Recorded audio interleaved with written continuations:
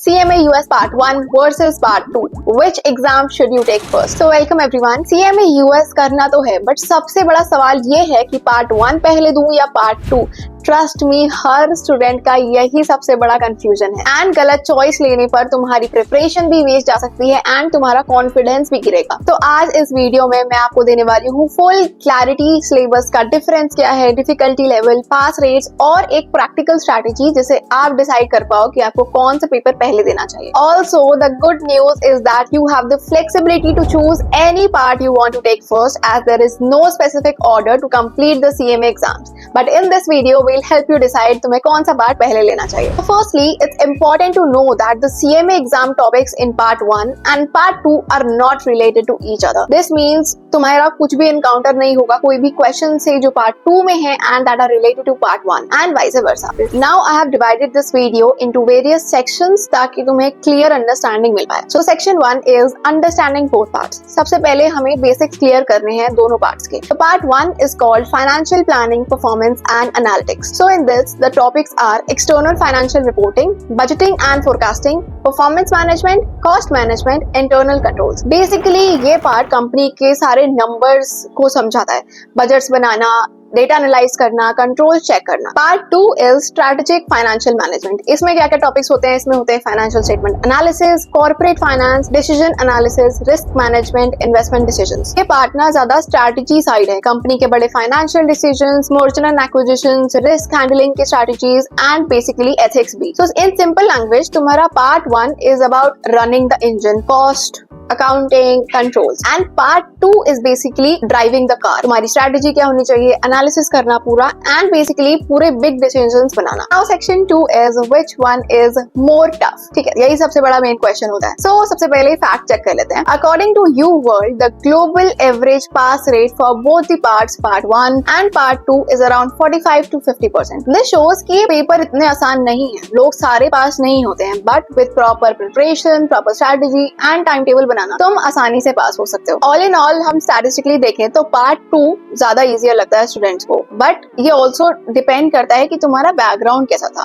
अगर आप अकाउंटिंग और कॉस्टिंग बैकग्राउंड से हो तो तुम्हारा पार्ट 1 काफी मैनेजेबल होगा, लेकिन अगर तुम्हारा फाइनेंस और डिसीजन मेकिंग स्ट्रांग है तो तुम्हें पार्ट 2 बहुत ईजी लगेगा। Let me give you an example. एक स्टूडेंट जो BCom से आया है, उसने वेरिएंस एनालिसिस कराया है, कॉस्टिंग किया है कॉलेज में, तो उसके लिए पार्ट 1 काफी कंफर्टेबल होगा। लेकिन दूसरा बंदा अगर MBA फाइनेंस वाला है तो उससे कॉर्पोरेट फाइनेंस और इन्वेस्टमेंट्स का काफी एक्सपोजर है, तो उसके लिए पार्ट 2 ऑब्वियसली बहुत आसान रहेगा। Now let's move on to section 3 which is study hours and strategies. यार देखो, दोनों पेपर्स के लिए एवरेज तुम्हारे 150 to 170 स्टडी आवर्स तो लगते ही हैं। Part 1 requires 4 to 6 months and part 2 के लिए तुम अप्रोक्सीमेटली 3 to 5 मंथ्स लेके चल सकते हो। तो बेस्ट स्टडी स्ट्रेटेजी क्या है? तुम्हें हमेशा एग्जाम पैटर्न रिव्यू करना चाहिए। समझ लो पहले ही कि कितना वेटेज किस टॉपिक के लिए डिवाइडेड है एंड कितना कौन सा टॉपिक किस वेटेज के लिए आता है। एंड इसके लिए you can refer to official preparation materials, बहुत सारे अवेलेबल हैं। You can practice MCQs and essays. तो देखो यार, CMA का पेपर सिर्फ थ्योरी नहीं है, ये प्रैक्टिकल है, एप्लीकेशन बेस्ड है। अपने मॉक टेस्ट दो, अपने वीक एरियाज को आइडेंटिफाई करो।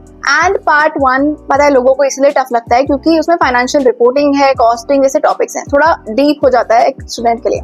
अगर वो तुम्हारी स्ट्रेंथ नहीं है तो तुम पार्ट 2 ले सकते हो, पार्ट 2 चूज कर सकते हो, वो तुम्हारे लिए स्मार्टेस्ट डिसीजन होगा। Now section 4 is fees and career scope. IMA membership की फीस होती है $135 पर ईयर। अगर तुम्हें CMA एंट्रेंस फीस देनी है तो it is $280 for students and $300 for professionals. पर पार्ट की exam fees is $460 for students and $620 for professionals. इसका career scope is massive. India में CMA freshers on ₹6 to 12 LPA and experience के बाद तुम्हारा ₹20 to 25 LPA भी क्रॉस कर सकता है। ग्लोबली तो और भी इतनी सारी अपॉर्चुनिटीज हैं। UAE, सिंगापुर, US में भी CMA रिकॉग्नाइज्ड है। Section 5 is so which one should you take first? Take part 1 first अगर आप अकाउंटिंग में, कॉस्टिंग में स्ट्रांग हो एंड आप एक स्ट्रक्चर्ड फाउंडेशन चाहते हो। टेक पार्ट 2 फर्स्ट अगर आप कॉर्पोरेट फाइनेंस में, इन्वेस्टमेंट एनालिसिस में बहुत कंफर्टेबल हो एंड आपको स्ट्रेटेजी सब्जेक्ट्स पसंद आते हैं। I mean end of the day कोई भी तुम पार्ट चूज करो, आपको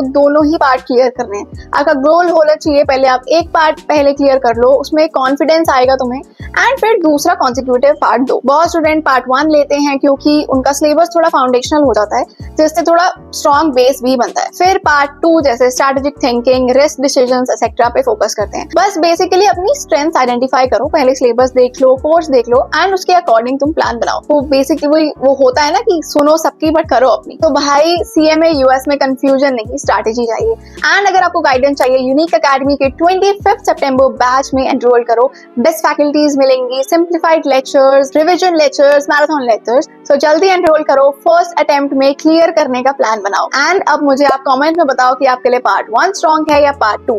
एंड इफ यू वांट, मैं आपके इनपुट्स के बेसिस पे एक डिटेल स्टडी प्लान भी बना के नेक्स्ट वीडियो में शेयर करूंगी। Till then bye.